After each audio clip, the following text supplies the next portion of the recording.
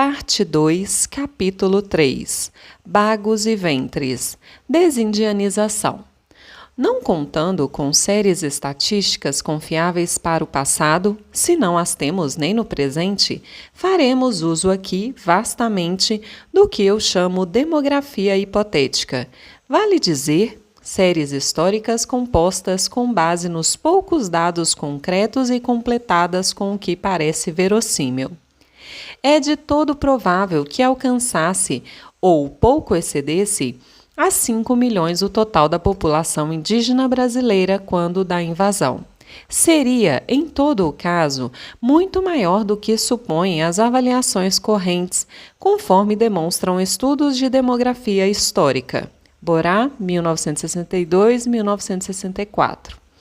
Baseados em análise da documentação disponível, realizadas à luz de novos critérios. Esses estudos multiplicaram os antigos cálculos da população indígena original das Américas.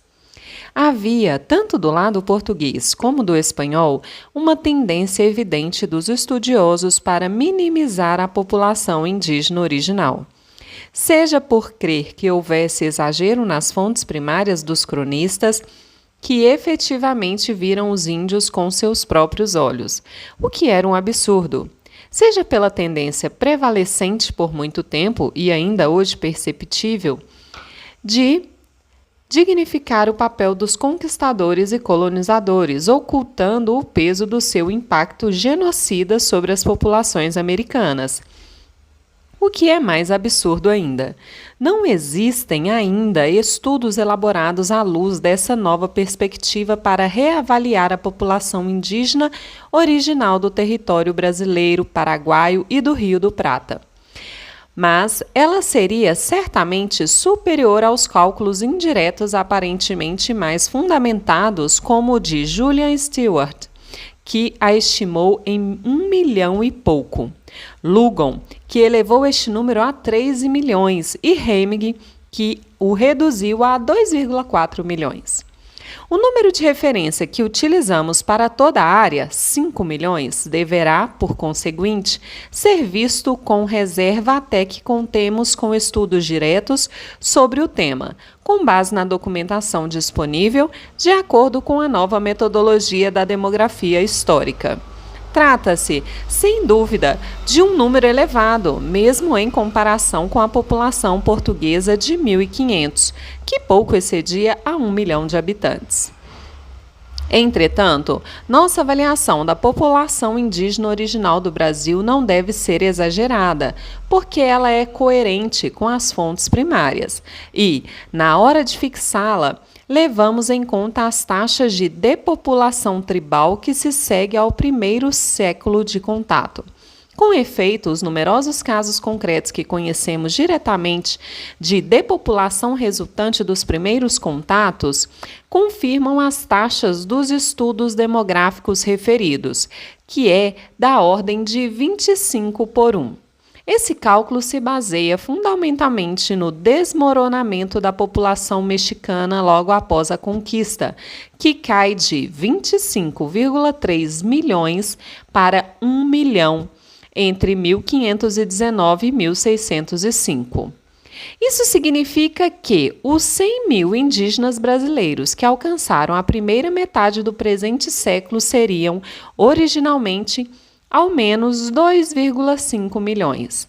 Como, entretanto, consideramos, por um lado, uma área que inclui os territórios do Paraguai e do Uruguai, muito populosos, e, por outro lado, um período de 4 séculos, no curso do qual foram extintos muitos grupos indígenas. É de se supor que a população indígena original tenha sido, de fato, muito maior, provavelmente o dobro, o que nos leva à cifra com que trabalhamos. Seguindo esse raciocínio, supomos que aqueles 5 milhões de indígenas de 1500 se teriam reduzido a 4 milhões um século depois, com a dizimação pelas epidemias das populações do litoral atlântico, que sofreram o primeiro impacto da civilização pela contaminação das tribos do interior com as pestes trazidas pelo europeu e pela guerra.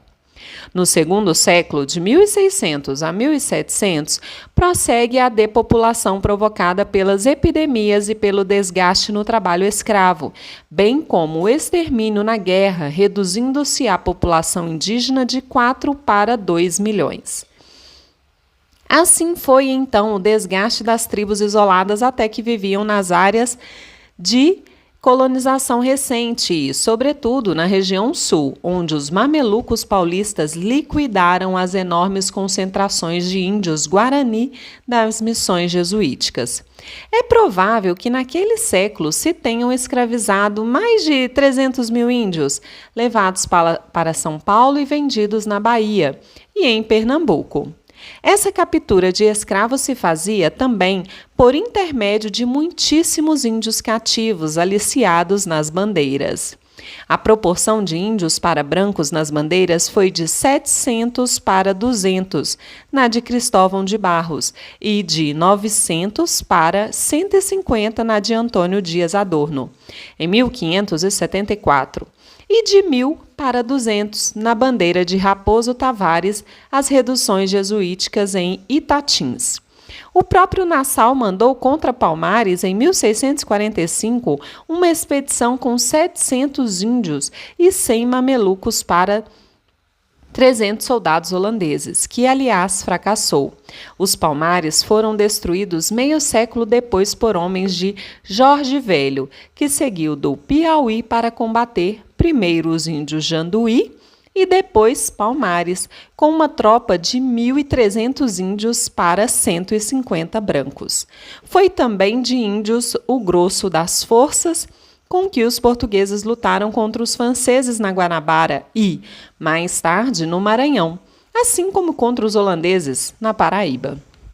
No terceiro século, de 1700 a 1800, se teria gasto, conforme a bizarra expressão dos cronistas coloniais, outro 1 milhão, principalmente no Maranhão, no Pará e no Amazonas, reduzindo-se o montante de índios isolados de 2 para 1 milhão.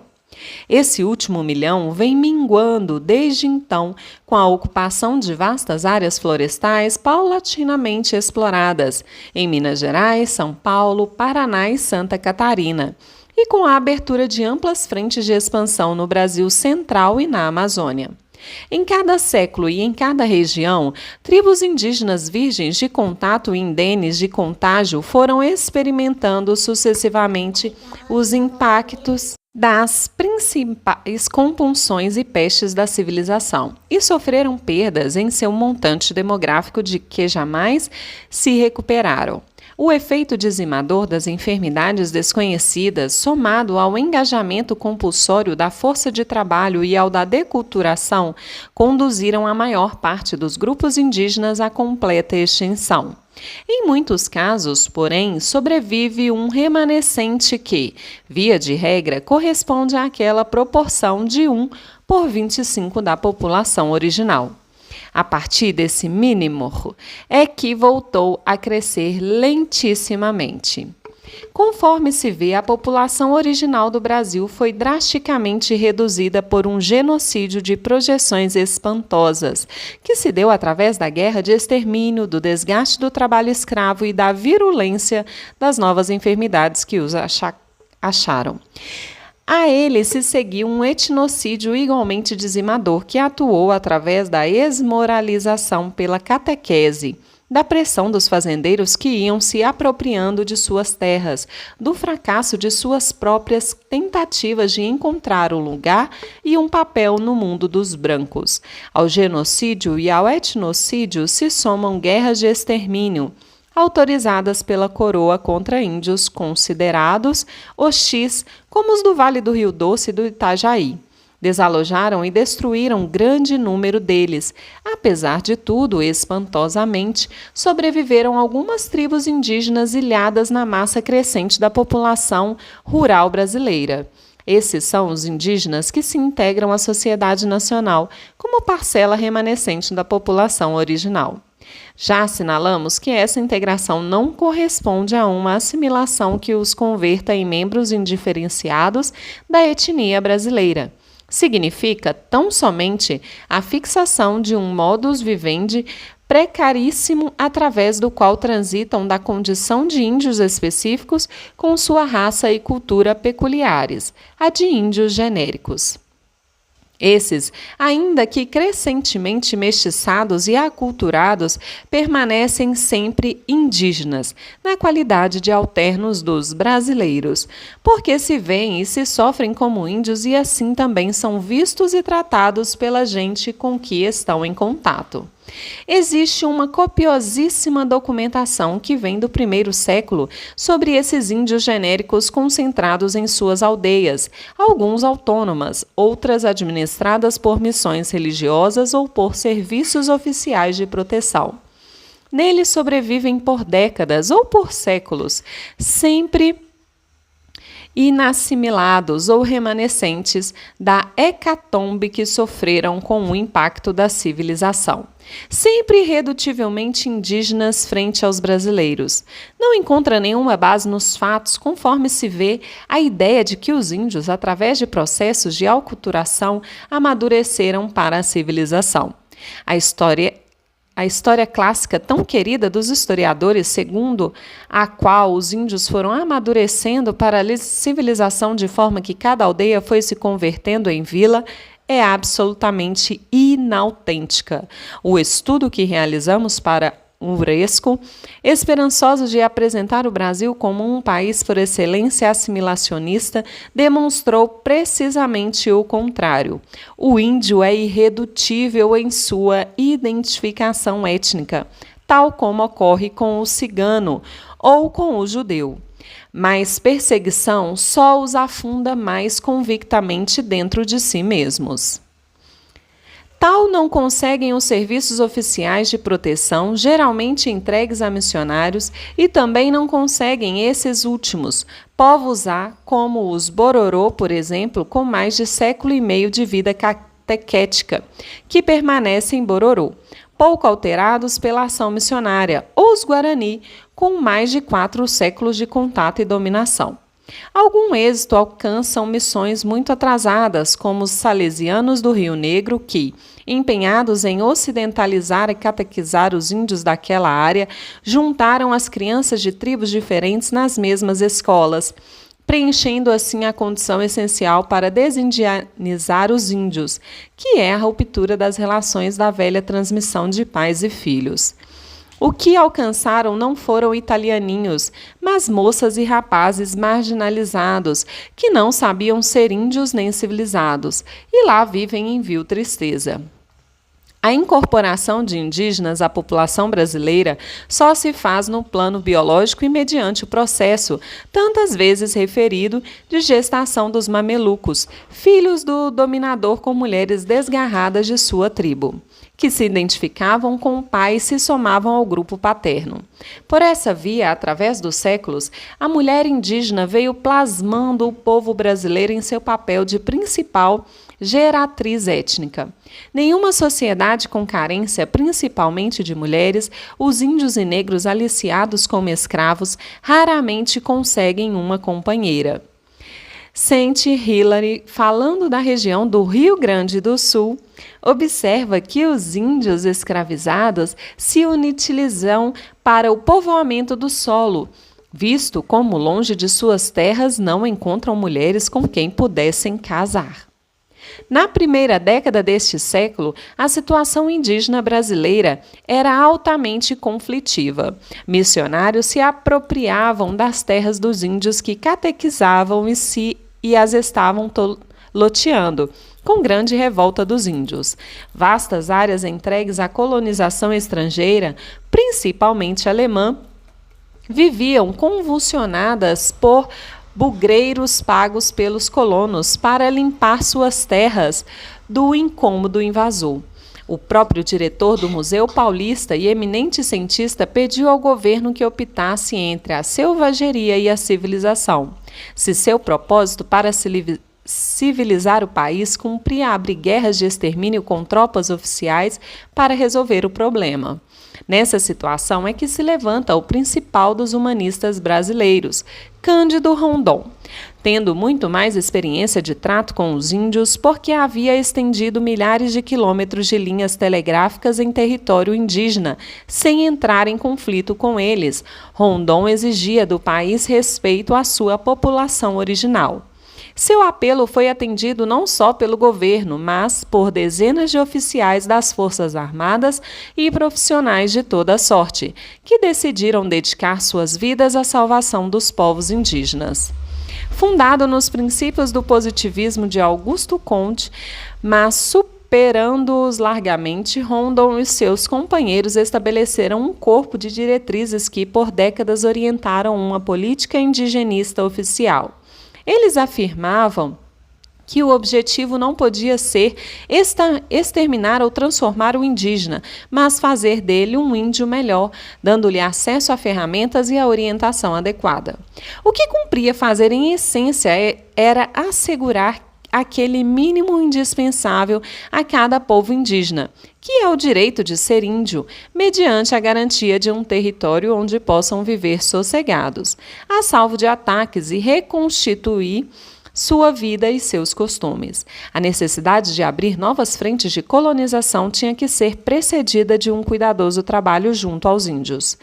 A inovação principal de Rondon foi, porém, o estabelecimento pioneiro do princípio, só hoje reconhecido internacionalmente, do direito à diferença. Em lugar de toda a proclamação da igualdade de todos os cidadãos, os rondonianos diziam que, não sendo iguais, essa igualdade só servia para entregar os índios a seus perseguidores. O que cumpria era fixar as normas de um direito compensatório, pelo qual os índios tinham os mesmos direitos que os brasileiros, de ser eleitor, de fazer serviço militar, por exemplo.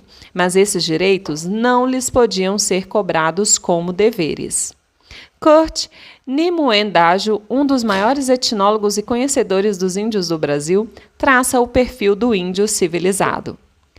Mais do que em qualquer outra parte do Brasil, por mim conhecida, achei no Issaná e Uaupés as relações entre índios e civilizados, os brancos, como ali se diz, irremediavelmente estragadas. Um abismo se abriu entre os dois elementos, à primeira vista apenas perceptível, encoberto pelo véu de um modus vivendi arranjado pelas duas partes, mas mostrando-se logo em toda a sua profundidade intransponível, assim que se trata de conquistar a confiança dos índios e de penetrar no íntimo da psique deles. Claro está que a maioria dos civilizados, não compreendendo nem precisando de nada disto, nunca chegue ao conhecimento desse abismo, dando-se por muito satisfeita com o modus vivendi e o apresentando muitas vezes orgulhosamente como resultado dos seus processos civilizadores. Viagem ao Rio Negro, relatório apresentado à Inspetoria do Amazonas do Serviço de Proteção aos Índios, datado de setembro de 1927, em Nimeandaju. Nos idos de 1954, trabalhando na Organização Internacional do Trabalho, para estabelecer os direitos dos povos indígenas, o pensamento rondoniano ali apresentado impressionou tanto a dois intelectuais indianos que eles pediram um intérprete e almoçaram comigo, querendo notícias desse grande brasileiro que desconheciam. Eu lhes mostrei que não havia nenhuma relação entre Rondon e Gandhi, eram tão só dois humanismos paralelos. É curioso recordar que eles quiseram saber que eu era um juramento. A custo entendi sua pergunta, quando disseram que eles próprios eram juramentados da causa dos povos minoritários e oprimidos na Índia. Ou seja, prometeram que, nos 10 anos posteriores à sua formatura universitária, só dedicariam seu pensamento e suas mãos a essa causa. O incremento prodigioso. As grandes façanhas históricas brasileiras foram a conquista de um território continental e a construção de uma população que ultrapassa os 150 milhões. Nenhum desses feitos foi gratuito. Portugal, que viveu 1000 anos na obsessão de fronteira, temeroso de ser engolido pela Espanha, aqui, desde a primeira hora, tratou de marcar e alargar as bases de suas posses territoriais. Plantou fortalezas a 1000 léguas de qualquer outro povoador. Manteve pela Guiana, por séculos, pontos de fixação de suas lindes, como a colônia do Sacramento. A construção da população, se não se fez como um propósito deliberado, foi resultante de uma política demográfica espontaneísta, de que resultou tanto a depopulação de milhões de trabalhadores como o incremento de outros milhões. No plano genésico, a população brasileira se constrói simultaneamente pela dizimação mais atroz e pelo incremento mais prodigioso, utilizando largamente a imensa disponibilidade de ventres de mulheres indígenas escravizadas. O incremento da população mestiça foi nada menos que miraculoso. Em 1584, o padre José de Anchieta avaliava a população do Brasil em 57 mil almas, sendo 25 mil brancos da terra, que quer dizer, principalmente os mestiços de portugueses com índias, 18 mil índios e 14 mil negros. O número seria muito maior se a avaliação se referisse à área ocupada hoje pelo Brasil. E, sobretudo, se incluísse os índios que, embora vivendo autonomamente, já estavam em interação permanente com a sociedade nascente, avaliáveis em pelo menos 200 mil. Anchieta, porém, só se referia à população incorporada ao empreendimento colonial, que ocuparia, naquela época, mais de 15 mil quilômetros quadrados. Essa população estava assentada fundamentalmente no Nordeste, ocupada na economia açucareira, em embrião e na exploração do pau de tinta. Haveria, então, 14 vilas, sendo as principais delas Olinda, com 700 habitantes, a Bahia e o Rio de Janeiro, com 500, e as restantes com uma média de 400, o que representava um importante componente urbano articulador do empreendimento colonial. Com base na avaliação de Anchieta e em dados de outros cronistas contemporâneos, se pode admitir que, em 1600, a população neo-brasileira fosse de 200 mil habitantes.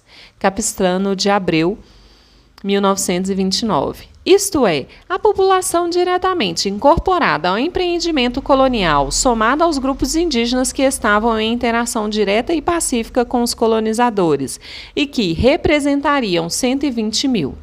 Quanto aos contingentes não indígenas, teriam atingido cerca de 50 mil os brancos, por definição, quase todos mestiçados, e 30 mil os negros escravos. O contingente urbano chegaria de 6 a 8 mil habitantes, pelo crescimento das vilas registrados por Anchieta, assim como a criação de novos núcleos que os estruturariam a ocupação de uma área de 30 mil quilômetros quadrados.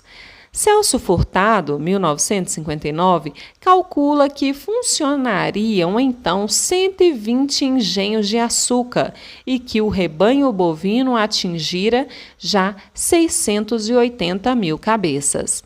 A produção anual de açúcar teria alcançado 2 milhões de arrobas, cujo valor seria de 2 a 5 milhões de libras esterlinas daquele tempo.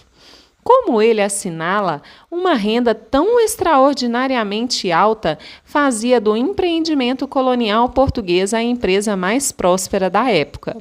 E, por isso mesmo, a mais cobiçada por holandeses e franceses, que passariam, desde então, a disputar sua posse. O balanço demográfico deste primeiro século de ocupação nos dá como principal resultado a dizimação de 1 milhão de índios, mortos principalmente pelas epidemias que graçavam na costa, atingindo logo o interior. No cativeiro das missões e nas guerras, simultaneamente, o índio e suas crias mestiças crescem como uma virulência. Em 1700, a população neobrasileira teria atingido uns 500 mil habitantes, dos quais 200 mil representados por indígenas integrados ao sistema colonial e havia dobrado sua área de ocupação. Os negros seriam, talvez, 150 mil, concentrados principalmente nos engenhos de açúcar, mas também nas zonas recentemente abertas à mineração. Uma parcela deles se refugiava em quilombos, para além das fronteiras da civilização. Mas Palmares, o principal núcleo, que chegara a reunir 30 mil negros, acabava de ser destruído. A população branca, que seria de 150 mil habitantes, formada majoritariamente por mestiços de pais europeus e mães indígenas, falava principalmente o Nheengatu como língua materna. Contrasta cruelmente com esta parcela de brasilíndios um número ponderável de mulatos originados por diversos cruzamentos. O banda forra, branco com negro, o salta atrás, mameluco com negro, o terceirão, recruzado do branco com o mulato, que, sendo muito aculturados e falando português, ajudariam daí em diante o colonizador a impor-se culturalmente aos mamelucos. Tabela de crescimento da população integrada no empreendimento colonial e diminuição dos contingentes aborígenes autônomos. De 1500 a 1800. A economia estava concentrada fundamentalmente na produção açucareira, que liderava as exportações, na criação de gado, que teria alcançado um rebanho de 1,5 milhão de cabeças e assumira certa importância como fonte de exportação de couros. Nas lavouras de tabaco, que também se converteriam em um importante artigo de exportação, principalmente para custear a importação de escravos africanos. A produção de ouro dos veios recém-descobertos surgia com extraordinário vigor e estava destinada a constituir-se, nas décadas seguintes, no setor mais dinâmico da economia. Como tal, atrairia para as zonas auríferas do centro do país grandes contingentes populacionais de brancos, vindo do reino e das áreas de antiga ocupação, e, sobretudo, de negros transladados dos engenhos ou diretamente importados da África. Com efeito, a mineração de ouro, 1701-1780, e depois a de diamante, 1740 a 1828, vieram alterar substancialmente o aspecto rural e desarticulado dos primeiros núcleos coloniais. Sua primeira consequência foi atrair rapidamente uma nova população, mais de 300 mil pessoas nos 60 primeiros anos, para uma área do interior anteriormente inexplorada, incorporando os territórios de Minas Gerais, Goiás e Mato Grosso à vida e à economia da colônia. Para avaliar a importância da atividade mineradora, é suficiente considerar que teria produzido em ouro cerca de 1.000 toneladas e em diamante 3 milhões de quilates, cujo valor total corresponde a 200 milhões de libras esterlinas, o equivalente a mais da metade das exportações de metais preciosos das Américas. A região aurífera foi objeto da maior disputa que se deu no Brasil. De um lado, os paulistas, que haviam feito a descoberta e reivindicavam o privilégio de sua exploração. De outro lado, os baianos, que, havendo chegado antes à região com seus rebanhos de gado, tinham tido o cuidado de registrar suas propriedades territoriais. Um certo Guedes, tabelião da Bahia, registrou para si mesmo um fazendão que ia da Bahia até o meio de Minas Gerais. A guerra entre os disputantes agravou enormemente a violência, com traições, assassinatos e roubos.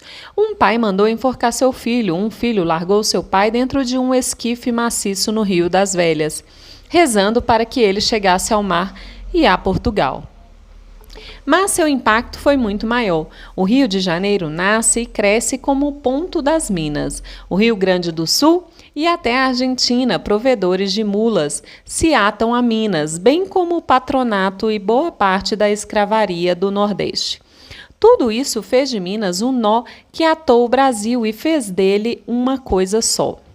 As terras eram tão ricas em ouro e tamanha era a sofreguidão por alcançá-lo que os senhores venderam seus escravos a si mesmos quando estes, além da produção ordinária, produziam excedentes.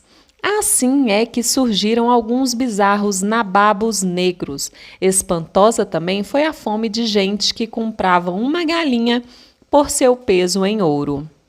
Décadas de política habilidosa, de delações e subornos tranquilizaram, afinal, a área, aquietando o gentio mineiro. Não antes que quase tudo se perdesse para Portugal num complô entre os mineiros e o governo norte-americano, regido pelos mais inverossímeis subversivos, poetas, magistrados, militares, curas e etc. O complô acabou sendo abafado, enforcando e esquartejando o herói maior para escarmentar o povo e deixando os outros conspiradores apodrecerem exilados na África. Ali, em Ouro Preto e arredores, quando o ouro já não era tanto, se viu florescer a mais alta expressão da civilização brasileira. Com figuras extraordinárias de artistas como Aleijadinho, de poetas como Gonzaga e Cláudio Manuel da Costa. Releve, mas não resisto à tentação de dar à sua leitura o capítulo Cal de meu romance da mineiridade, Migo.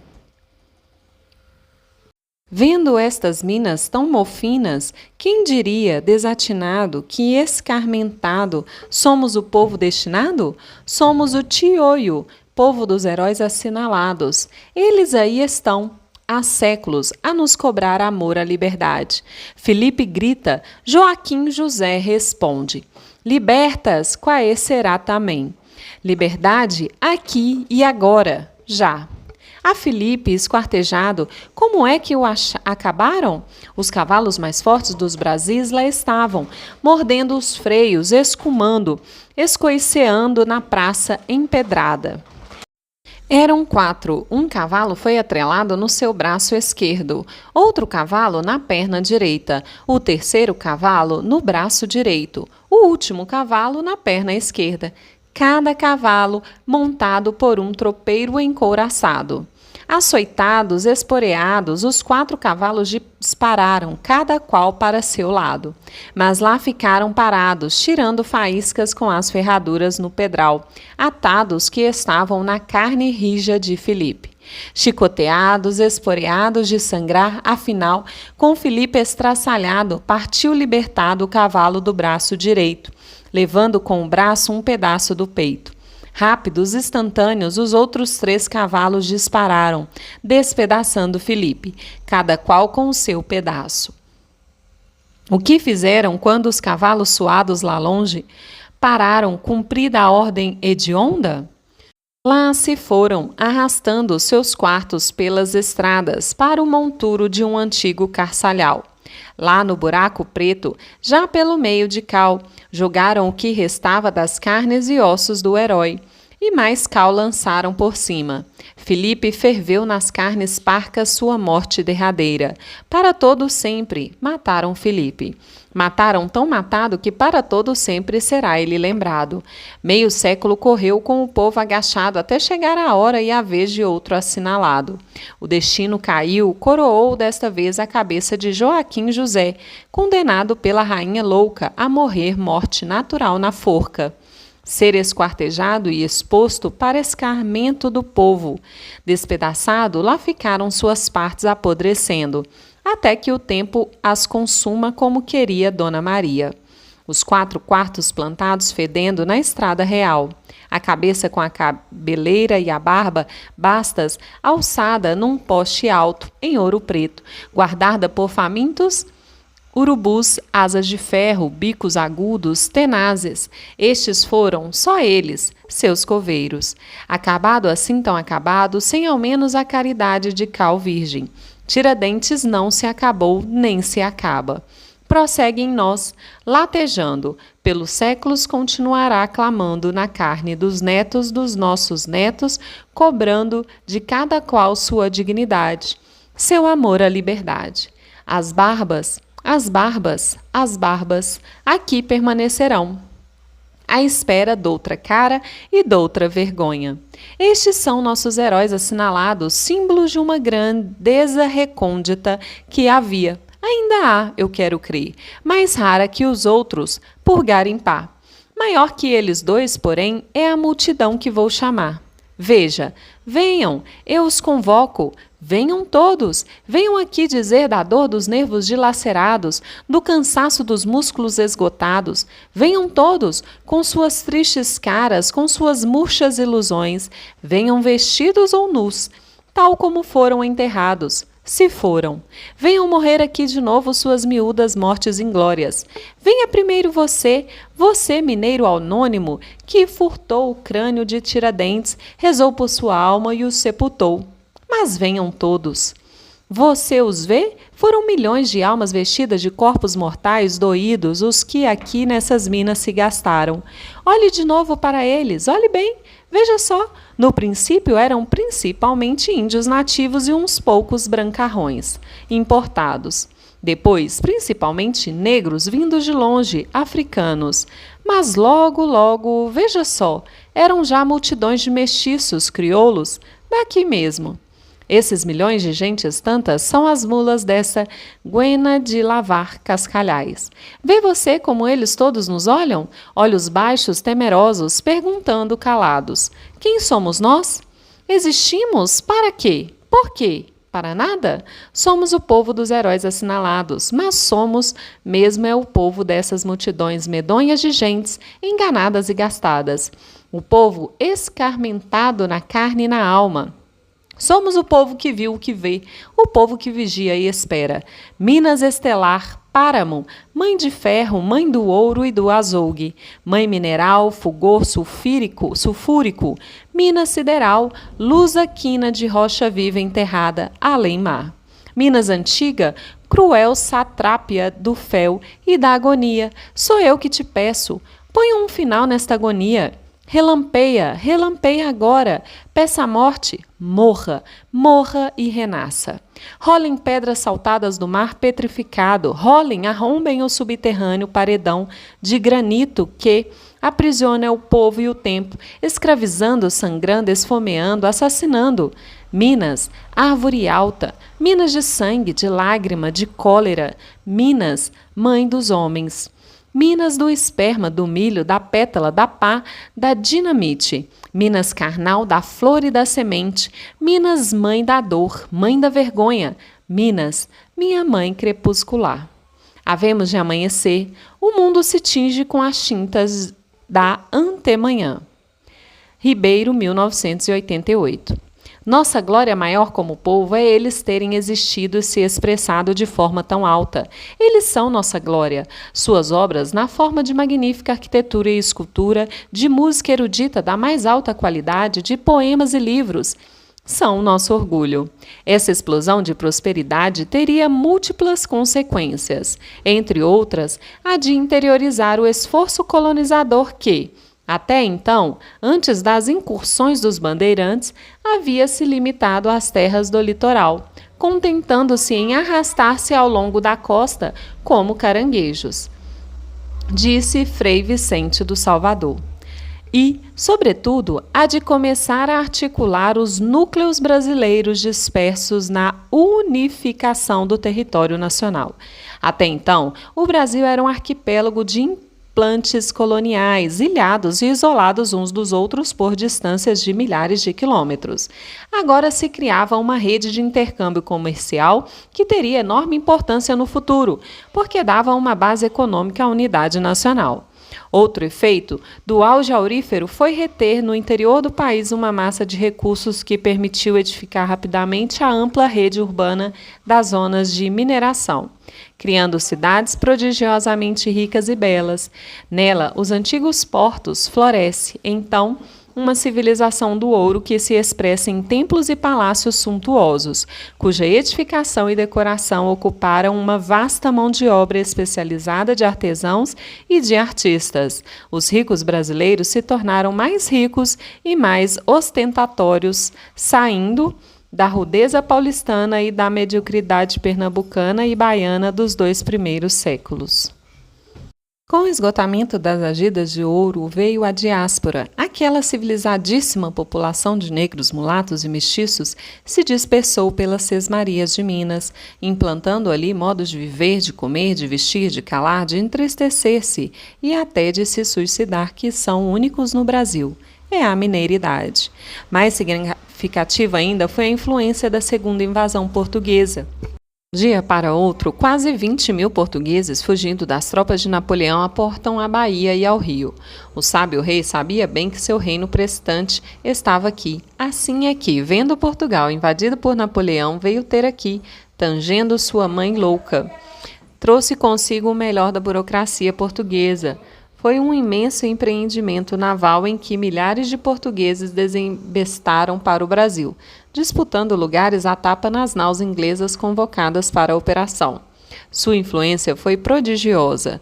O Brasil, que nunca tivera universidades, recebe de abrupto toda uma classe dirigente competentíssima que, naturalmente, se faz pagar apropriando-se do melhor que havia no país. Mas nos ensina a governar. Enquanto a América Hispânica se esfacela e em cada porto se inventa uma nação pouco viável, aqui, apesar das imensas diferenças regionais, se mantém a unidade. Cada levante, mesmo os tisnados de republicanos, era enfrentado pelos generais do rei, levando numa mão os canhões e na outra dragonas e decretos de anistia.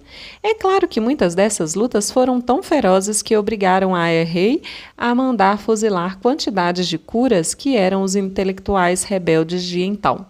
Mas, terminada a refrega, tudo se reconciliava. Em 1800, a população do território brasileiro recupera seu montante original de 5 milhões. Mas o faz com uma composição invertida. A metade é formada, agora, por brancos do Brasil. Predominantemente pardos, quer dizer, mestiços e mulatos, falando principalmente o português como língua materna, e já completamente integrados à cultura neo-brasileira.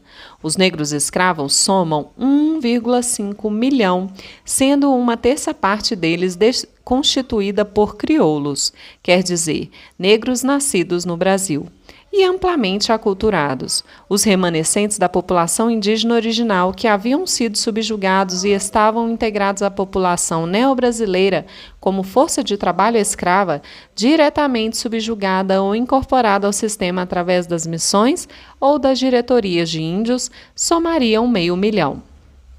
Para além das fronteiras da civilização, fugindo ou resistindo à conscrição na força de trabalho e ao avassalamento, viveria mais 1 milhão de índios arredios e hostis, concentrando-se principalmente na Amazônia, mas disseminados por todo o país, onde quer que uma zona de matas indevassadas lhes proporcionasse refúgio. O ano de 1800 representou uma virada na história brasileira. A economia exportadora atravessava um período de declínio, o que constituía, certamente, um desafogo para a população. Com efeito, reduzido o ritmo da produção açucareira e superada a época da prosperidade das explorações de ouro e diamantes, que ocupavam os principais contingentes de trabalhadores negros e brancos. Estes se dispersaram em busca de formas autárquicas de sobrevivência. A produção açucareira, que se debatia na crise desencadeada com a expansão dos novos centros produtores das Antilhas, passou a contribuir com metade do valor da exportação, que também havia diminuído bastante. A pecuária se estendeu prodigiosamente pelos sertões interiores e pelas pastagens sulinas. O setor mais dinâmico era, então, o cultivo de arroz e, depois, de algodão do Maranhão, cujo principal comprador eram as manufaturas inglesas em conflito com os produtores norte-americanos. O resultado fundamental dos 3 séculos de colonização e dos sucessivos projetos de viabilização econômica do Brasil foi a constituição dessa população, de 5 milhões de habitantes, uma das mais numerosas da América de então, com a simultânea deculturação e transfiguração étnica das suas diversas matrizes constitutivas. Até 1850, só o México, 7,7 milhões, tinha maior população que o Brasil. 7,2 milhões. O produto real do processo de colonização já era, naquela altura, a formação do povo brasileiro e sua incorporação a uma nacionalidade étnica e economicamente integrada. Esse último resultado parece haver sido alcançado umas décadas antes, quando quase todos os núcleos brasileiros já se integravam em uma rede comercial interna e esta passara a ser mais importante que o mercado externo. Os reveses experimentados pelas diversas economias regionais de exportação e a consequente queda do poderio do empresariado latifundiário e monocultor pareceram abrir aos brasileiros, naquele momento, a oportunidade de se estruturarem como um povo que existisse para si mesmo. Isso talvez tivesse ocorrido se não surgisse um novo produto de exportação, o café, que viria rearticular toda a força de trabalho para um novo modo de integração no mercado mundial e de reincorporação dos brasileiros na condição de proletariado externo. Bem pode ser, porém, que, mesmo sem o auge do café, aquela reversão dos brasileiros sobre si mesmos não se cumprisse. O Brasil, produto da expansão da economia mundial, necessitaria profundas transformações para subsistir fora dela. As decisões indispensáveis para isso, abolição, reforma agrária, industrialização autônoma, excediam a capacidade daquele segmento social existente, uma vez que, para a classe dominante, permanecia sendo lucrativa economicamente a importação de bens manufaturados dos centros europeus e a exportação de produtos tropicais. Acresce ainda que, não existindo então modelos de reconstrução intencional da sociedade, uma reversão puramente autonomista teria resultado, no máximo, em uma autarquia feudal. Como em todos os casos de feudalização, isso representaria uma ruptura do sistema mercantil, que tornaria impraticável a escravidão porque não haveria como adquirir novos escravos, e porque os tornaria inúteis em sua função efetiva, que é a de produtores de mercadorias, mas condenaria a sociedade nascente a um retrocesso histórico que a tornaria, provavelmente, incapaz de defender para si mesma a posse do território que ocupava e de evitar as ameaças de cair sob a regência de outra dominação colonial direta por parte de algumas das novas potências industriais emergentes. Quisesse ou não, o Brasil era um componente marginal e dependente da civilização agrário-mercantil, em vias de se industrializar. Dentro de quaisquer desses tipos de civilização, o fracasso de uma linha de produção exportadora só incitava a descobrir outra linha que, substituindo-a, revitalizasse a economia colonial, fortalecendo, em consequência, a dependência externa e a ordenação oligárquica interna. Estoque negro. O branco colonizador e seus descendentes aumentavam século após século, não pelo ingresso de novos contingentes europeus, mas principalmente pela multiplicação de mestiços e mulatos. Os negros, por sua vez, cresceram passo a passo com os brancos, mas, ao contrário destes, só o fizeram pela introdução anual maciça de enormes contingentes de escravos, destinados tanto a repor os desgastados no trabalho, como a aumentar o estoque disponível para atender a novos projetos produtivos.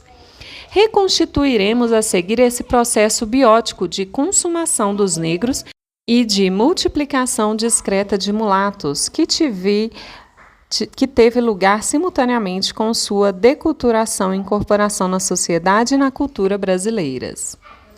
Os primeiros contingentes de negros foram introduzidos no Brasil nos últimos anos da primeira metade do século XVI, talvez em 1538.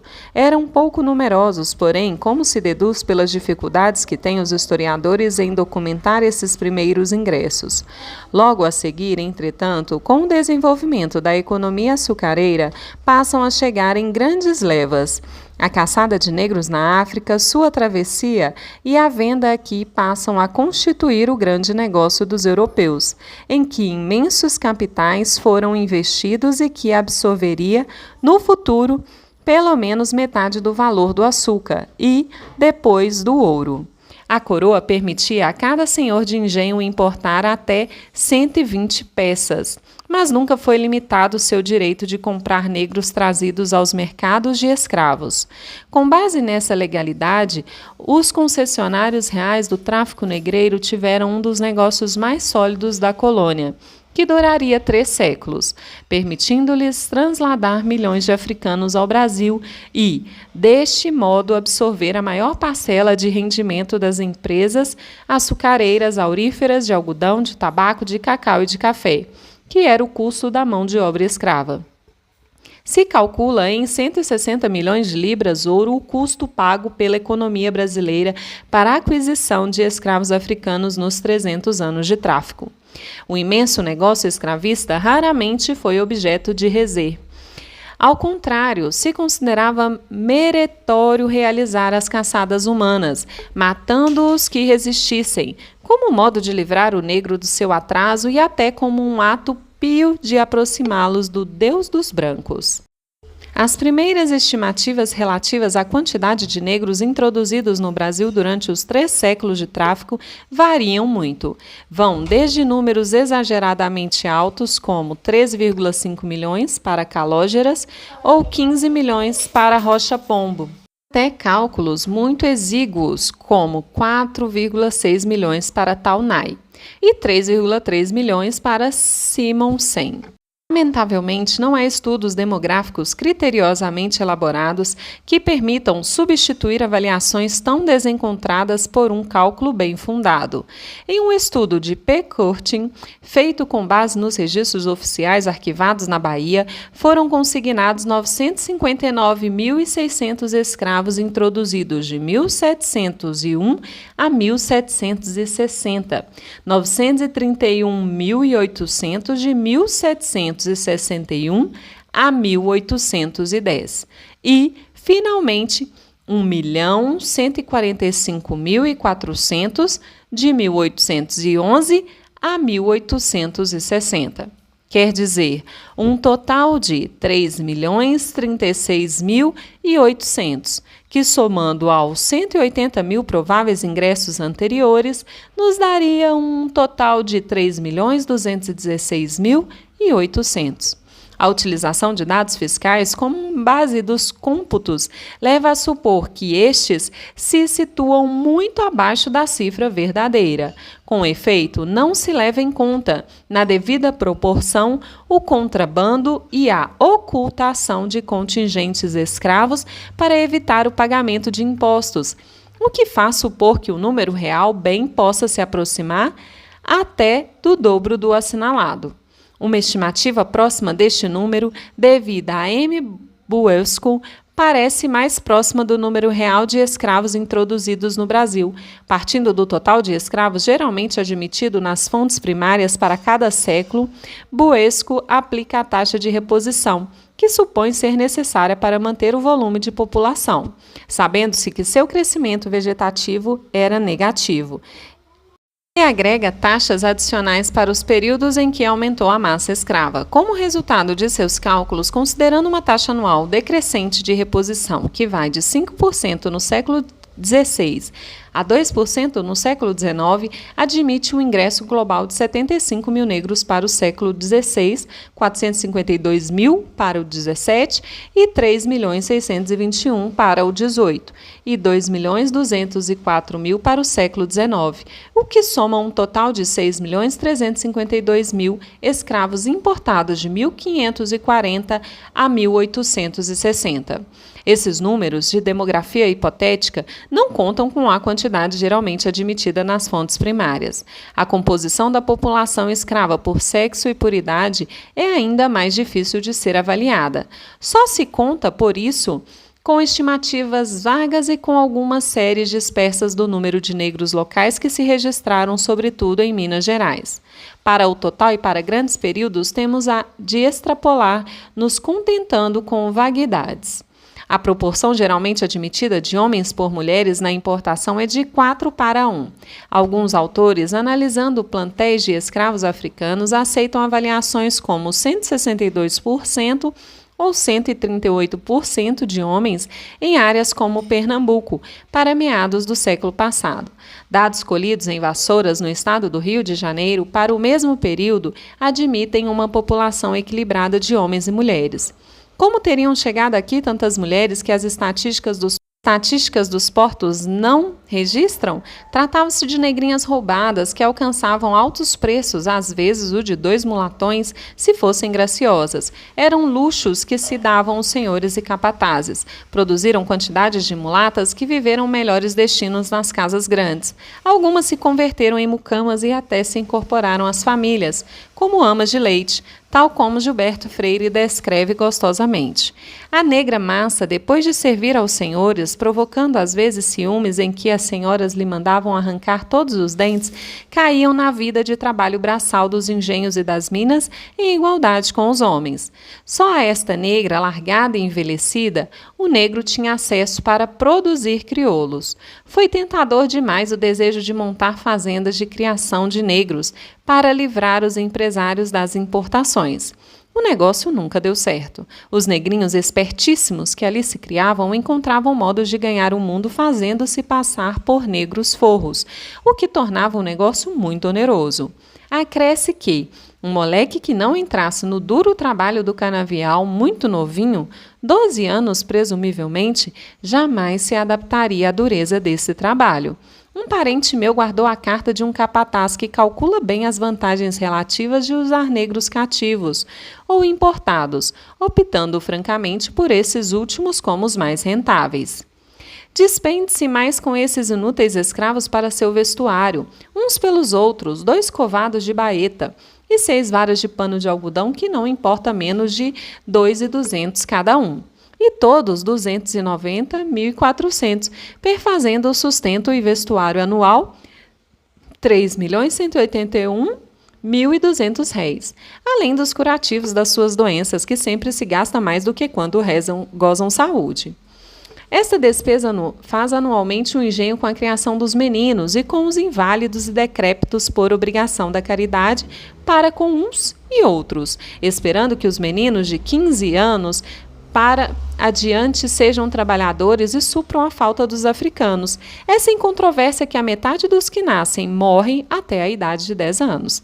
E calculando a despesa de um escravo crioulo, até dar serviço, monta 24.600 por ano, que nos 15 anos de criação vem a ficar pela quantia de 369 mil réis, quando um africano desta mesma idade compra-se por 150 mil réis.